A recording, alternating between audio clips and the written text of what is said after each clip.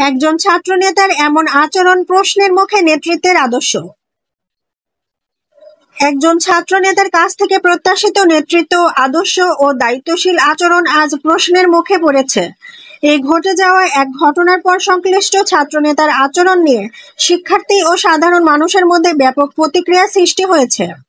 প্রত্যক্ষদর্শীদের ভাষ্য মতে, ওই ছাত্রনেতা শিক্ষককে অপমান, সহপাঠীদের হুমকি বা কোনো বিশৃঙ্খলা কর্মকাণ্ড করেছেন।